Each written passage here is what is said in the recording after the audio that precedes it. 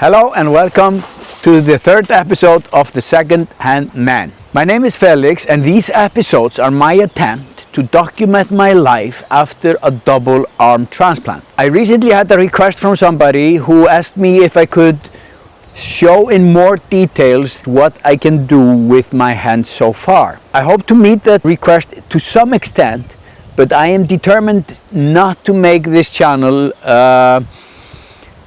a pure documentary on the functionality of arm transplant. I combine the functional elements of my life with some entertainment and taking you with me on my exploration around this beautiful region of Alsace.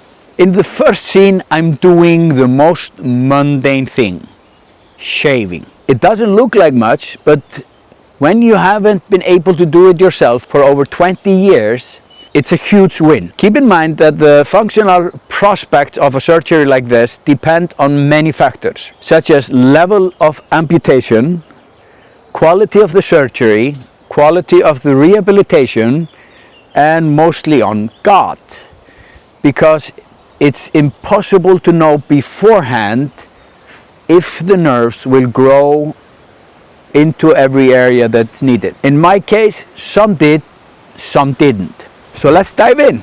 So I do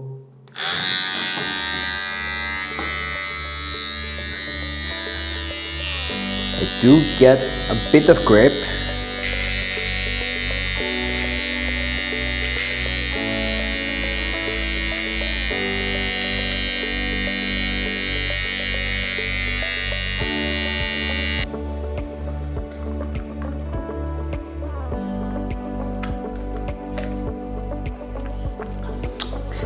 Got this on here, a little bit of hair in the mouth.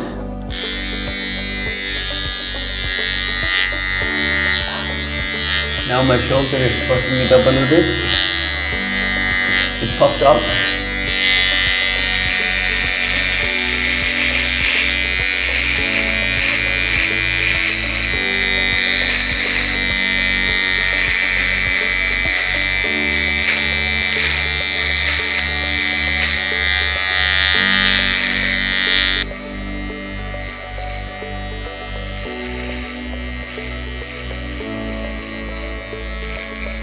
I'm always surprised by how the face reveals itself after a shave.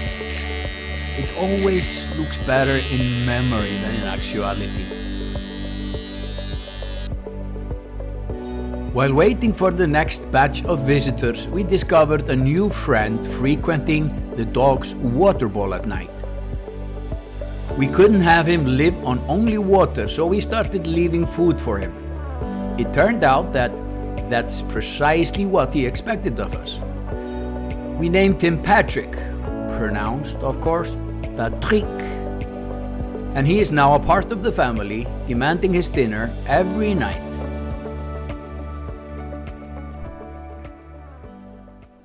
After enjoying the weed whacker from last episode, I decided to invest in a proper lawnmower. The garden size is just too great to cut everything with the weed whacker. Also, with my recent shoulder operation, carrying something on my shoulders required a long recovery time. Now you might think, why is the man constantly filming himself cutting the grass? There is a reason I became an electrician. I like working with my hands. During the 23 years I spent without them, the need to do all those practical things only grew. Before realizing the exact capabilities I would gain, I enjoyed watching tutorials on all kinds of activities, from carpentry to car detailing. Now that I'm pretty much stuck with what I have, I focus on finding ways to use it effectively. I had few days from Eyþór's departure until my childhood friend from Iceland, Helgi, would arrive with his girlfriend, Helga. Yes, I know the names are similar. In Iceland, we often have female and male versions of names. The day of their arrival was finally here, and it was time to explore the region. But you don't go around a beautiful region like Alsace in a dirty car.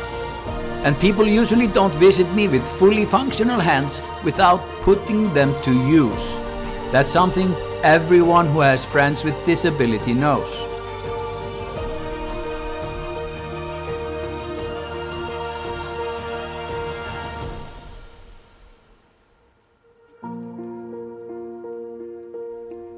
The first location on the agenda was the sanctuary of Mont Santoil.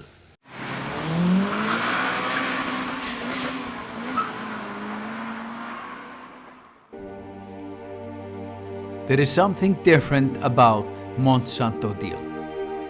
As we made our way up the winding road through the Vosges forest, a quiet sense of reverence took hold. And then suddenly the monastery appeared, pierced high above the valleys, as if watching over Alsace itself. This place has been sacred for centuries. It was founded in the 7th century by sainte-odile, a young woman born blind. Legend says her sight was miraculously restored at a baptism and that she later dedicated her life to peace and service. Rejected by her father at birth, she eventually turned to this mountain, which he had gifted her in repentance.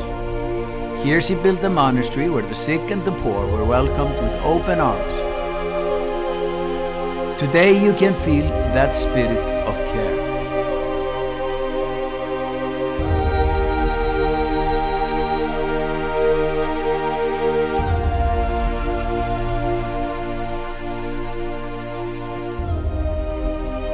Pilgrims and visitors come not only for the history, but also for the silence. The deep kind that seems to echo in the stone walls and forest trails. We wandered through the chapels, stepped into the peaceful cloister, silently sat by her tomb and looked out over the valley from panoramic terrace. The air was crisp, the bells distant, and time seemed to stretch. Mont Santoil isn't just a place you visit, it's a place you feel. After a hot meal, it was time to leave the cold mountain top and head to our next destination, Kmar.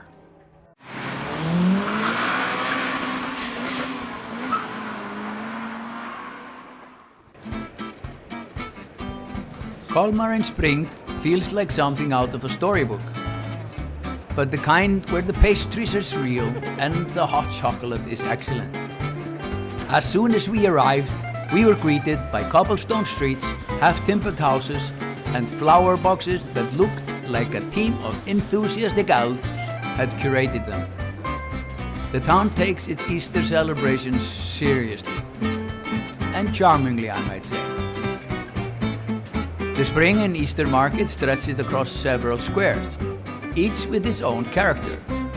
A Place des Dominicans is filled with artisanal stalls, woodwork, textiles, chocolate, soaps, and just around the corner in Place de l'Ancien Douane, I found myself eyeing handmade decoration I didn't know I needed.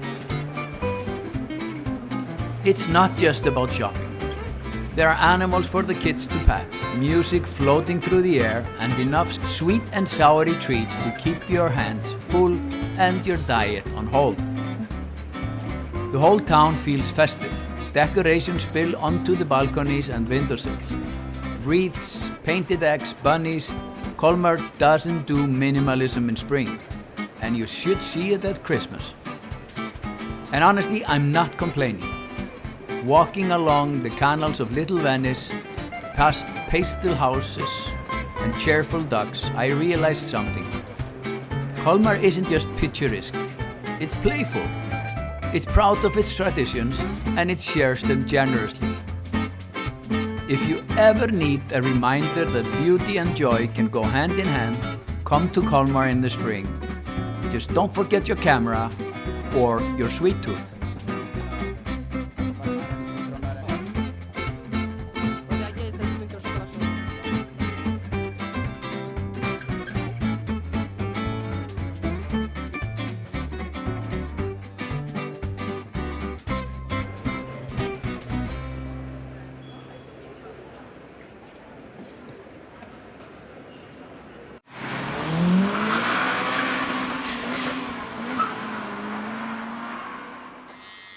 Sometimes it's the smallest things that end up meaning the most. The ability to shave without help, the quiet presence of a hedgehog named Patrick, a friend showing up, getting their hands dirty, not because they have to, but because they want to. The peace of an old monastery where silence has more than words ever could. And the smell of barbecue drifting over the garden as laughter replaces pain. I used to think that regaining function was the ultimate goal. And sure, it's a big part of this journey, but the real reward, it's being able to take part, to give back, to host, to help, to be more than just the one who needs assistance. Whether it's through a shared meal, a cleaned up car, or a silly Easter decoration you didn't know you wanted, life finds a way to remind you what matters isn't perfection, it's participation. Thanks for sharing this chapter with me. See you in the next one.